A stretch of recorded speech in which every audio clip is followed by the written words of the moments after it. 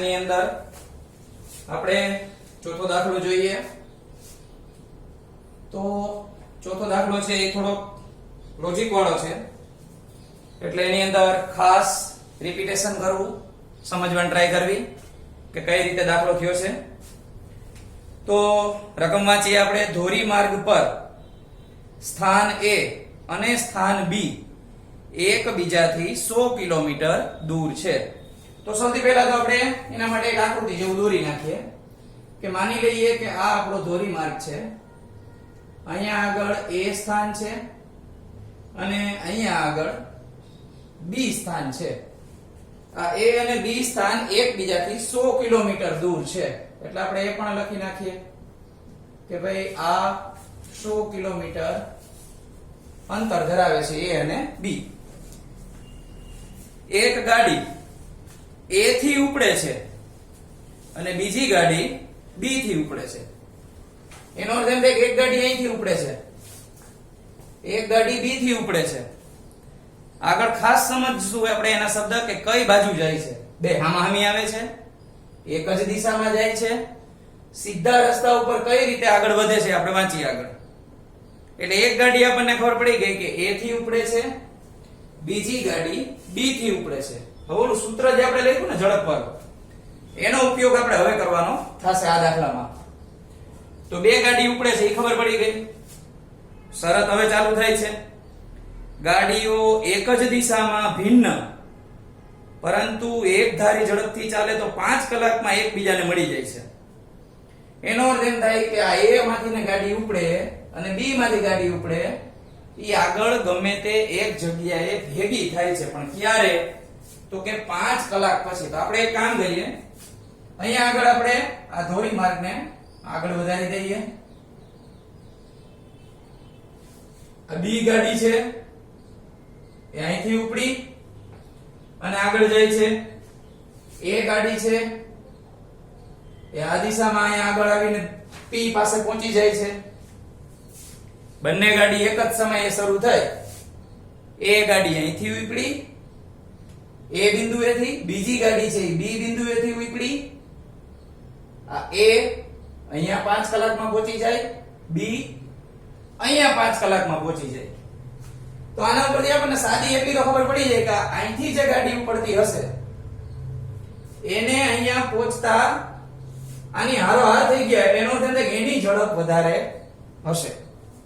અને જ્યારે અહીંયા B પોઈન્ટેથી ગાડી ઉપડે છે એ પણ આની સાથે જ અહીંયા પહોંચે છે, તો એની ઝડપ થોડીક ઓછી હશે.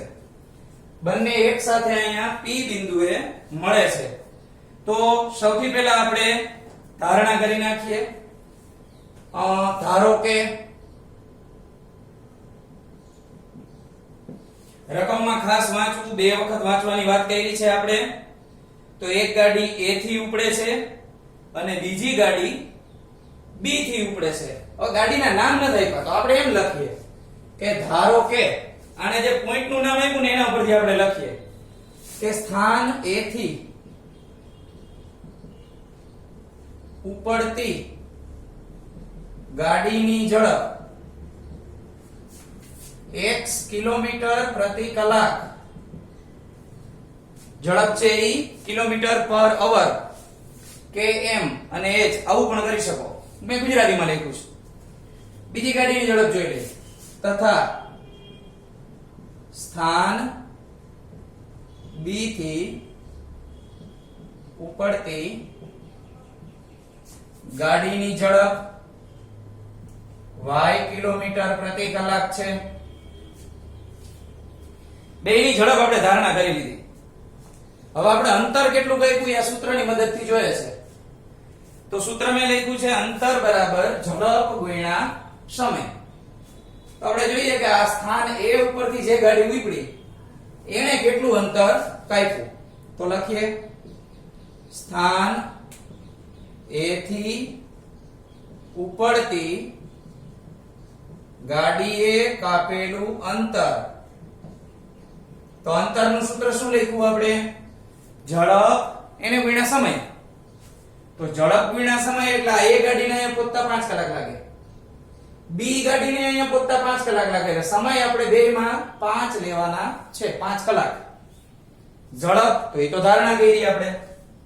આ એ ઉપરથી ઉપડે એની ઝડપ x ધારી છે, એને ગુણ્યા સમય 5 કરીએ તો આ મળે 5x. આને અંતર કેટલા કિલોમીટર કાપ્યું? 5x કિલોમીટર અંતર કાપ્યું. બી સ્થાનનું આપણે જોઈએ તો એના માટે આપણે લખેલું છે રકમમાં સ્થાન બી થી ઉપડતી ગાડીએ કાપેલું અંતર એણે 5 કલાક લીધી, એની ઝડપ y ની હતી 5y કિલોમીટર. હવે આમાં તમે સિમ્પલ લોજિક એટલું લગાડી શકશો, કઈ ગાડી વધારે ઝડપથી જતી હશે? તો કે એ ગાડી છે એ અહીંયા પહોંચી જાય ફટાફટ અને બી ગાડી અહીં વચ્ચેથી જાય છે તો એ એની હારે જ પહોંચે છે. અહીંથી ઉપરથી ગાડી વધારે ઝડપી હોવી જોઈએ. તો આપણે એક શરત આવી પણ લખી શકીએ કે x છે એ કેવા છે? મોટા છે y કરતા. એટલે છેલ્લે જવાબ આવે ત્યારે આપણે ભૂલ થાય નહીં કે x નો જવાબ હંમેશા મોટો આવવો જોઈએ કારણ કે એની ઝડપ વધારે છે. હવે આપણે અંતર કુલ કેટલું કીધું છે આપણને? a થી b સુધીનું તો કે 100. આપણે જે અહીંયા આપણે અંતર આપણે ધારણા કરીને આવ્યું એ લખી નાખીએ કે a થી ઉપડતી ગાડીએ કાપેલું અંતર કેટલું? તો કે એ છે 5x. એટલે એ ગાડી અહીંયા સુધી પહોંચે તો કેટલું થાય? એને 5x અંતર કાપી નાખ્યું. બી ગાડીએ 5y કાપી નાખ્યું અહીંથી એટલું. તો સમીકરણ બનાવવું કઈ રીતે? આપણી પાસે આ છે 100. તો આવું કરી શકાય. આ આખો ભાગ 5x, એમાંથી આ ભાગ 5y બાદ કરી નાખીએ તો આટલો ભાગ 100 કિલોમીટર નો મળે. તો આપણું સૂત્ર આ રીતે બને. પહેલા આપણે આમાં a b અને p એવી રીતે લખ્યું છે તો એ મુજબ આપણે કરીએ તો પહેલા ap, એમાંથી આ pb નો કટકો માઈનસ કરી નાખીએ તો આપણને ab મળે. હવે ap એટલે કેટલા? a થી p 5x, p થી b અહીંથી અહીંયા સુધીનું અંતર 5y, આખા ab અહીંથી અહીં સુધી રકમમાં આપ્યા હતા 100 કિલોમીટર. બધાને 5 વડે ભાગી શકાય તો 5 વડે ભાગતા તો x માઈનસ y બરાબર 20. આ રીતે આપણને સમીકરણ 1 મળે. જો આ દાખલાની અંદર કદાચ તમને હું આ ગણતરી એટલી બધી સમજાવીશ તો સૂત્રની અંદર કિંમત મૂકી અને જાતે કરવાનું થશે. જો સમય જશે તો આપણે કરી નાખશું આખો દાખલો, બાકી જાતે ટ્રાય કરજો. સમીકરણ વહીના પછી કઈ અઘરું નથી. હવે આપણે શરત બીજી વાંચીએ તો બીજી શરતમાં આપણને એવી રીતે કીધું છે કે ગાડીઓ આ તો એક દિશામાં જતી હતી, આ ગાડી આમ જતી હતી, બી ઉપરથી વિપરી, એ ગાડી પણ આમ જ જતી હતી. હવે ચેન્જ થાય છે કે એક બીજા તરફ ચાલે, હામી હામી આવે છે. તો શરત 2 મુજબ એવું લખું છું. શરત 2 મુજબ આ હતી આપણી શરત 1. તો અહીંયા લખી નાખીએ આ શરત 1, આ આપણી શરત 2. હવે આપણે આની અંદર બંને ગાડીઓ આ રીતે કંઈક આવે છે, આકૃતિ દોરી દઉં કે અહીંયા આગળ a ઉપરથી ગાડી ઉપડે છે, એક ગાડી b ઉપરથી ઉપડે છે. a વાળી ગાડી આમ જાય છે. આપણે અગાઉ વાત કરી, જે ગાડી a પાસેથી ઉપડે છે એની ઝડપ થોડીક વધારે છે તો એ બંને વચ્ચે નહીં ભેગી થાય. જો બેની ઝડપ સરખી હોય તો વચ્ચે ભેગા થાય. આ ગાડી વાળા ભાઈ અહીંથી હશે થોડા ઝડપી જાય છે એટલે અહીંયા સુધી પહોંચી જશે. અહીંયા આપણે p નામ જ આપી દઈએ એટલે ભૂલ ના થાય. q નામ પણ આપી શકો તમે. અહીંથી જે ગાડી ઉપડે છે એ આ દિશામાં જાય છે. આ એક દિશામાં હતી, આ વિરુદ્ધ દિશામાં p બિંદુએ ભેગી થાય છે. તો અહીંયા આગળ આપણે સમયગાળો કેટલો આપ્યો છે? આમાં 5 હતું, 5 કલાકનું કીધું હતું. આપણે હવે નવી શરત મુજબ 1 કલાકની વાત કરી છે કે બંને ગાડીઓ એકબીજાને 1 કલાકમાં મળે છે. ચાલો તો આની અંદર આપણે ધારણા કરીએ તો પાછું આપણે આ અંતર લખવું પડે કે ભાઈ એ ગાડીએ કેટલું અંતર કાપ્યું અહીંથી અહીં સુધી પહોંચવામાં, તો કે એને x અંતર કાપ્યું કહેવાય, કારણ કે એક હારે ગુણાકાર કરો તો x ગુણ્યા 1 એટલે x. તો આ જ શબ્દ લખીએ કે સ્થાન A થી ઉપડતી ગાડી એ કાપેલું અંતર, તો એ થશે x એકા x એટલે x કિલોમીટર, તથા સ્થાન B થી ઉપડતી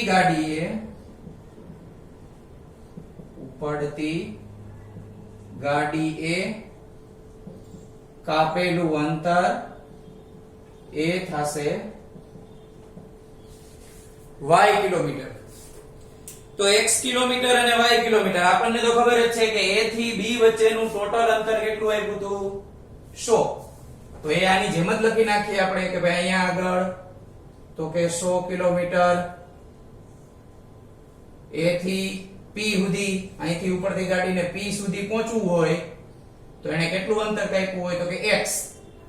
તો આમાં પણ મેં લખ્યું છે એવી રીતે લખી દઉં, આ ઉપર જ લખ્યું હતું, આ x કિલોમીટર અંતર કાપીને અહીંયા પહોંચે, આ y કિલોમીટર અંતર કાપીને અહીંયા પહોંચે. તો સ્વાભાવિક છે કે આ બે કટકાનો સરવાળો કરીએ તો આપણને 100 મળે.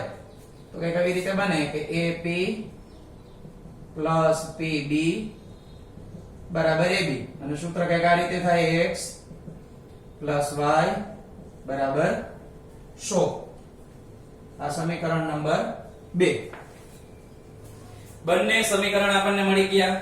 ફરીથી કહું છું, થોડોક દાખલો અટપટો છે, સમજવાનો પ્રયત્ન કરજો, અને ન સમજાય તો કમેન્ટમાં લખજો એટલે હું તમને ફરીથી સોલ્યુશન આપીશ. તો આની અંદર હવે આપણે ડેટા લખી નાખીએ.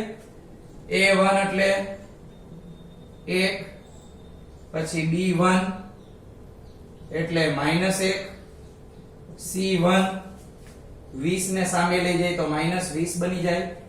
અહીંયાથી લઈએ A2 એટલે 1, B2 એટલે 1, C2 એટલે -100.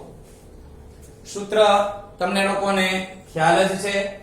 સૂત્રની અંદર કિંમત મૂકી અને દાખલો ગણવાનો રહેશે જાતે, કારણ કે હું અહીંયા સૂત્ર લખીશ તો પછી આખી ગણતરી કઈ સમાશે નહીં. મેઈન વસ્તુ જે મેં તમને આમાં તર્ક લગાવવાનો હતો એ તમને સમજાવી દીધું. એટલે આ દાખલો હોમવર્કમાં જાતે પૂરો કરજો. હું આના પછીનો દાખલો સ્ટાર્ટ કરાવી દઉં છું. આ હોમવર્કમાં જાતે પૂરો કરવાનો છે. ત્યાર પછીનો દાખલો આપણે જોઈએ તો આ 3.5 નો 5મો દાખલો કરી નાખીએ એટલે 3.5 આપણું પૂરું થઈ જાય. પછી એક નવી મેથડ, રીતનું નામ તો નથી કારણ કે ઘણી બધી રીત કરાવી નાખી, ચેપ્ટર લાંબુ છે. ચોકડી ગુણાકારની રીત, આદેશની રીત, પછી લોપની રીત, આ બધી રીતો કરતા થોડીક પરાવર્તિત કરવાની રીત અલગ છે જે આપણે જોઈ લઈએ.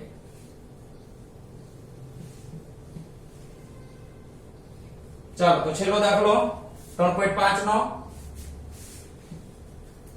રકમ વાંચું છું.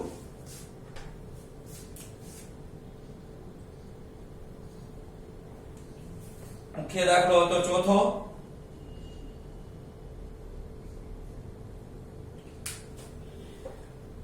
તો રકમમાં જોઈએ, જો એક લંબચોરસની લંબાઈમાં 5 એકમ ઘટાડો થાય. હવે એકમ એટલે બીજું કઈ છે નહીં, સેમી અને મીટરમાં તો આપણે માપ જોયા જ છે. આમાં સેમી અને મીટરના બદલે એકમ આપ્યો છે. પહોળાઈમાં 3 એકમ વધારો થાય તો લંબચોરસનું ક્ષેત્રફળ 9 ચોરસ એકમ જેટલું ઘટે. ક્ષેત્રફળ હોય ને એમાં ચોરસ શબ્દ આગળ લાગે. સેમી હોય તો ચોરસ સેમી કહેવાય. ક્ષેત્રફળ બને ત્યારે જ. બીજી શરત આપી છે લંબાઈમાં 3 એકમ અને પહોળાઈમાં 2 એકમ વધારીએ તો ક્ષેત્રફળ 67 ચોરસ એકમ વધે છે. તો લંબચોરસના પરિમાણ શોધો. પરિણામ નહીં, પરિમાણ એટલે કે લંબાઈ અને પહોળાઈ. આ લંબચોરસ બોર્ડ છે. આનું ક્ષેત્રફળ જોતું હોય તો આપણે સૂત્ર ઘણા આગલા ધોરણમાં શીખી ગયા છીએ. લંબચોરસનું ક્ષેત્રફળ તો કે લંબાઈ ગુણ્યા પહોળાઈ. તો પહેલા ત્યાંથી ચાલુ કરીએ. ધારણા લંબાઈ અને પહોળાઈ જ કરવાની છે. તો કે ધારો કે લંબચોરસની લંબાઈ x એકમ તથા લંબચોરસની પહોળાઈ y એકમ છે. તો ક્ષેત્રફળ અહીંયા લખી દઉં. લંબચોરસનું ક્ષેત્રફળ બરાબર લંબાઈ ગુણ્યા પહોળાઈ. લંબાઈ ગુણ્યા પહોળાઈ. લંબાઈ કોણ? તો કે x, પહોળાઈ તો કે y. બંને ભેગા કરી દઈએ તો ક્ષેત્રફળ શું બની જાય? xy. શરત આપણે પહેલી જોઈએ. તો પહેલી શરતમાં આપણને એવું કહેવામાં આવ્યું છે લંબાઈ 5 એકમ ઘટે. લંબાઈ 5 એકમ ઘટાડતા પહોળાઈ 3 એકમ વધારતા તથા પહોળાઈ 3 એકમ વધારતા લંબચોરસનું જે ક્ષેત્રફળ છે એમાં શું ફેરફાર થાય છે? 9 ચોરસ એકમ જેટલું ઘટે છે. ક્ષેત્રફળ 9 ચોરસ એકમ ઘટે છે. ચલો તો આપણે આ પ્રોસેસ આમ જ કરવાની છે. આ સૂત્રમાં આ લંબાઈ એટલે x, એ 5 એકમ ઘટાડવાના. આ સાઈડ હું લખું છું x ઓછા 5 એને ગુણ્યા y એટલે કે પહોળાઈ. પહોળાઈ 3 એકમ વધારવાની. તો આમાં +3 કરી દઉં. y +3. તો સામે ક્ષેત્રફળમાં શું થાય છે? તો ક્ષેત્રફળ xy હતું એ 9 ચોરસ એકમ ઘટે છે તો -9. સૂત્રનું સાદું રૂપ આપીએ ગુણાકાર કરીને. x નો ગુણાકાર y સાથે એટલે xy.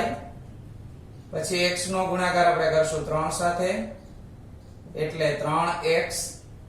-5 નો ગુણાકાર y સાથે -5y. -5 નો ગુણાકાર 3 સાથે તો -15. સામે xy ઓછા 9.